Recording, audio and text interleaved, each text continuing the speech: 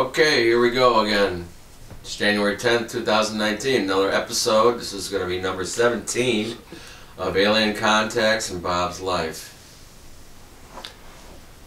Okay, when we left off talking about our trip here to Chicago, and then shortly after getting here, issues with the black helicopters. We've had contacts with a number of different types of intelligences, and since this is about not just what we think of the standard ET contact, some dude in a flying saucer or whatever, many non-terrestrial, and I'm, instead of using the word extraterrestrial, I'm using non-terrestrial as well. Life forms are transdimensional, and in fact there is theory now, which is very probably based on in reality, that some of the UFOs we see and even some of the ETs may well be coming into physicality in our realm from another non-physical part of the multiverse at times. It doesn't mean they're all doing that, they're not, but some of the ETs I do believe are working that way. I'm pretty sure they are. And many of those are very beneficent, though there are those that are not. I want to make it clear too, you know, you've heard me talk about the Greys, you've heard me talk about the reptilians a little bit. I want to make it extremely clear, though I've said this before and I will again, that not all ETs are harmful or hazardous or of evil intent or whatever. The great majority of them really are peaceful and beneficent and really want to help us. The problem is our government has made deals with the wrong ones who tend to want to keep these other ETs out. And so these beneficent races of ETs and cultures of ETs do come through, life forms of ETs, they do come through into our realm and they do try to help us, and we can invite them. It's not all dependent on our government. We can individually, or even in small groups, better yet, invite them. And people who do that often do see the lights in the skies moving around, or they'll get a spiritual visitation from some of those there's a lot of people that have trips out into the desert areas and what have you to do just that. And they're very successful. One of the more known people made a name for himself is Dr. Stephen Greer. Yes. He does that. And we you know, just to say, since I brought his name up, we don't totally agree with everything he says, but by and large, he has a real good message. Yes, he does. But let me just say too, and on this note, that long before humans populated this world, so you know, I don't know how well versed all you're going to be, but mankind literally goes back millions of years. Okay, in various different forms, you know, shapes and sizes, and there were, you know, different variations of man living in different parts of the world at the same time.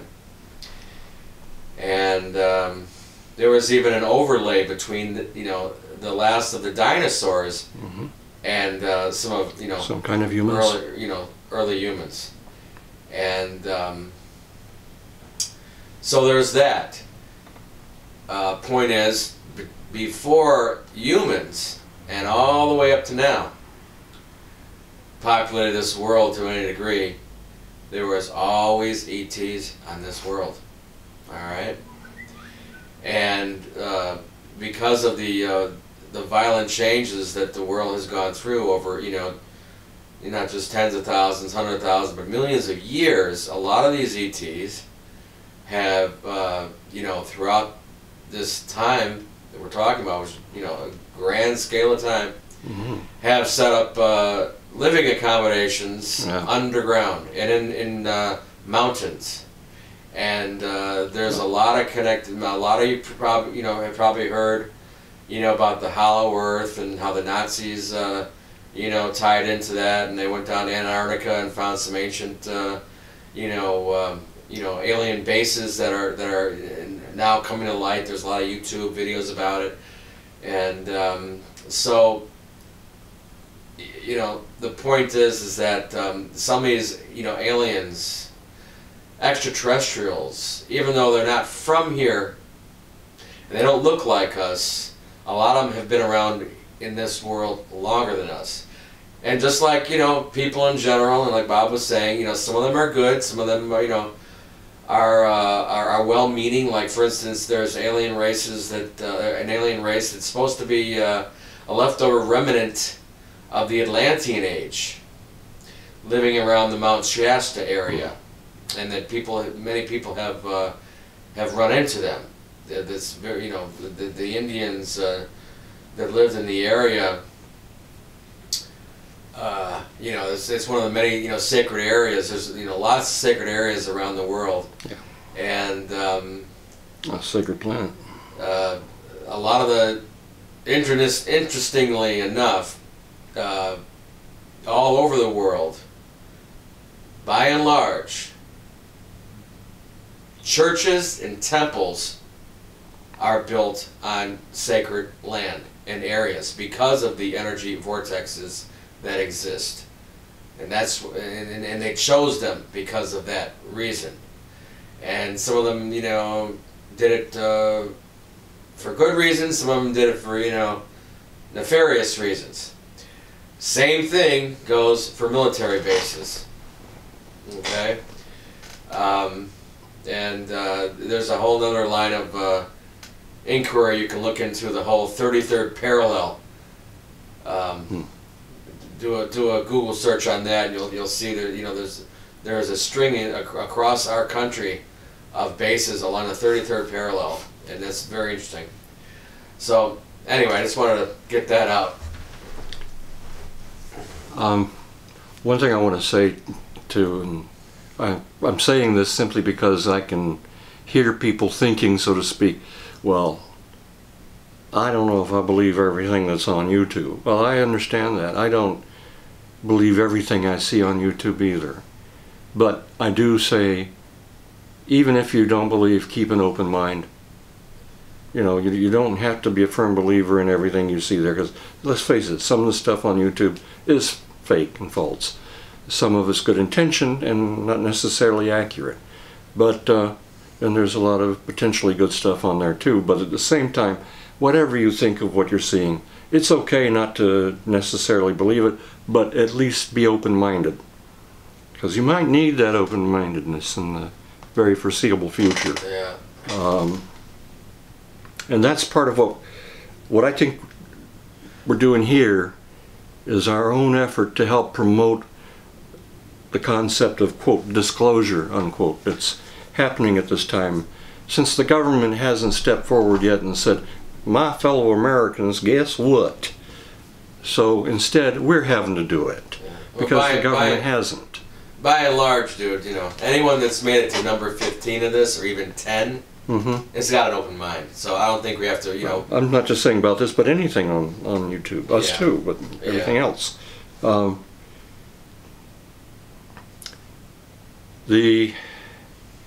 Some of the life forms we've encountered, non-corporeal, non-physical, doesn't mean they can't do anything. Don't ever think that because a life form is not physical by nature that it's limited in what it can do.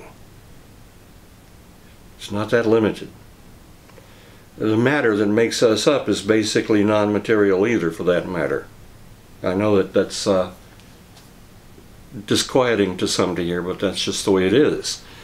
Well, everybody by now, if they're on this planet, should understand, you know, You'd be surprised a lot of people don't. Simple physics that, you know, there is no solid matter. Well, a lot of Everything people breaks- still believe in the flat Earth theory. Everything breaks down to energy. Yeah. Frequency. And energy is information, and it is intelligence in and of itself. In the olden days, we would have said spirit or God. We can still say that and be right. All right. Now, some of the beings we've encountered who have been non-corporeal have been of a somewhat harmful and destructive, definitely destructive nature. I'm going to throw out some names here. There's a group that calls themselves the Dancers, and they have nothing to do with the goodness of dance or dancing. I think they dance between dimensions and do all the damage they can. They're black wizards. Yeah. Then there are different groups of dredges. Another kind Red dredges, gold wizards, dredges, black wizards. dredges, whatever. They're. I think dredge is a good name for them. They are the bottom of the barrel. Again, they're non-corporeal. I've experienced psychic attack. Paul has too. From these dudes, I go after them and I basically shred them. They bring it on themselves. But you know, any of these. I've actually been abducted by some of them. Well, sort of, with the help of other life forms working with them. With the help of Greys or others working with Well, the there was that one time that they created a whole, Yeah, you know, Yeah. alternate reality. Yeah. And anyway, I don't that's got to be very exhaustive for them to do that, but it can be done. It was tricky for me it took me a while to figure out. The thing we have to understand and remember, any of these beings and entities or situations they set up have as much power as we will allow them to have, and not one shred more.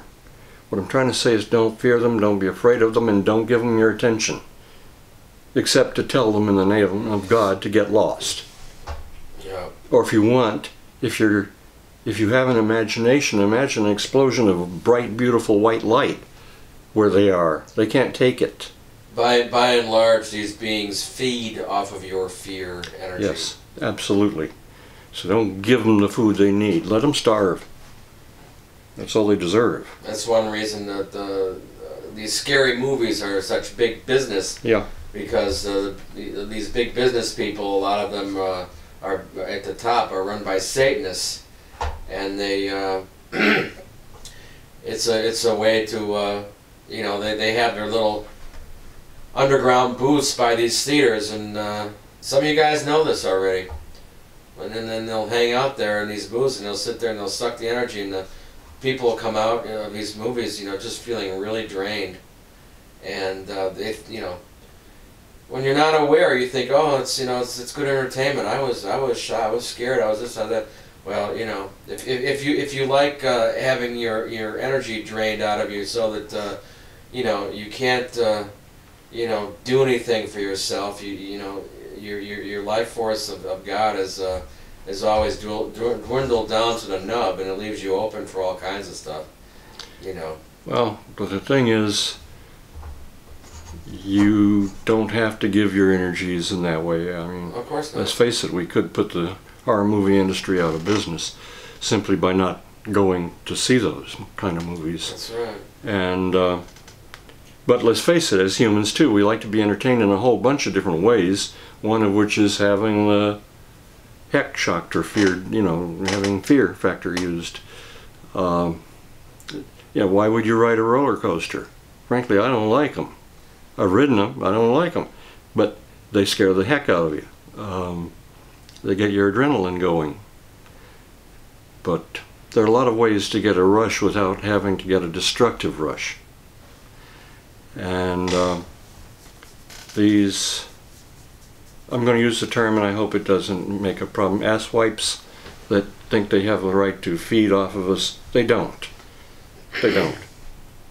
Just like the ETs that abduct and abuse people and animals, they don't have any right to.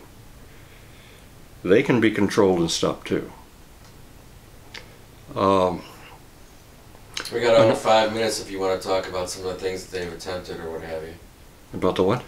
Yeah, I said you've got about 5 minutes left if you want to talk about some of the things that these dark beings have tried to No, I don't. to do. I don't want to give it that much attention. All right. There have been attempts to intimidate us, and they haven't worked. You have to remember who you are. That you're God incarnated in a form that you can see and share. That doesn't mean you have to give yourself to something that's not worthy of you.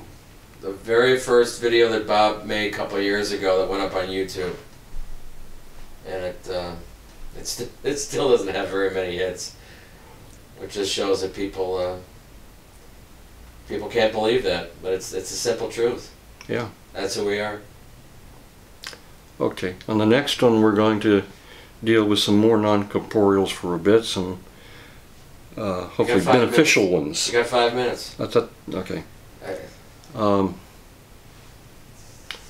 We've had dealings with beings under different names. A group called the Trend. I think Paul is related in a soul sense to them. Yeah. The leader that I've encountered when I've meditated and had dealings with him looks, and there's a reason for this, he looks a lot like Q from the old Star Trek Next Generation series. Oh, that's how it portrays himself. That's, yeah, that's what he's using from my mind to make it possible to communicate back and forth between him and me. Can I say who they are? Yeah. They're a group of creator gods that exist outside of this universe. And I don't I don't get into it too much with people because it tends to confuse people, and other people, it makes them really angry. The idea that there's other creator gods than the one that created this universe, but there are, and at the heart it is all one being. Okay, so there's that, but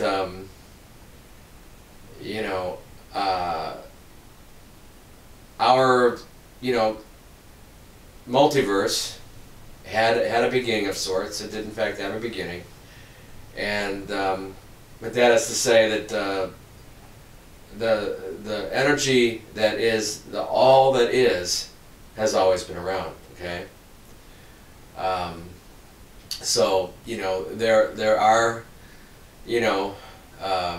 helpers, friends of our Creator that are around, that aren't exactly part of His creation, that existed before His creation, that have an interest in this creation. And this creation, in short, very quickly, the idea is that it is creating, it's taking creation to a whole nother level that's never been done before.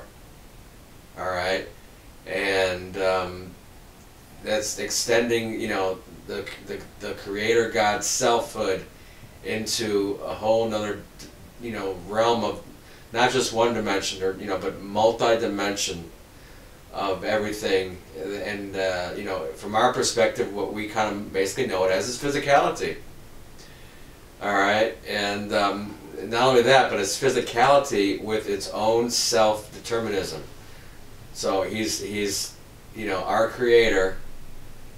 This creation is a creation that divided itself equally in all parts.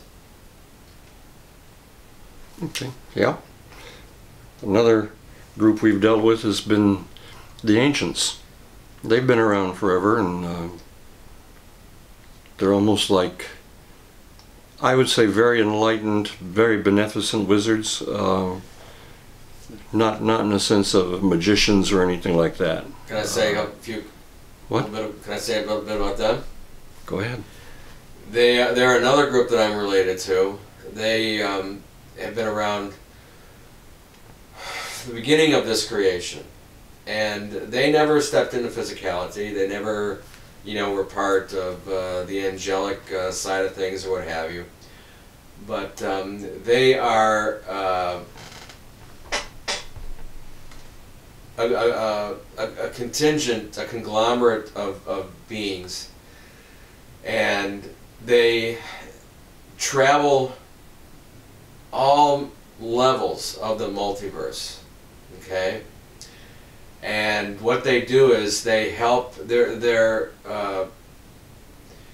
if you study some metaphysical books or what have you, you might run across the term Lords of Order. And they're kind of like, you know, come under that heading to, you know, that's not a great term, but, you know, a better one escapes me. And what they do is, what they predominantly do is, they help keep balance in the time stream, okay? Because this whole business with time and no time is in great flux. And, you know, there's a lot of hiccups that can happen, especially when you have, you know, beings that have been around for a long time, and they have been, you know, messing around with the time stream, you know.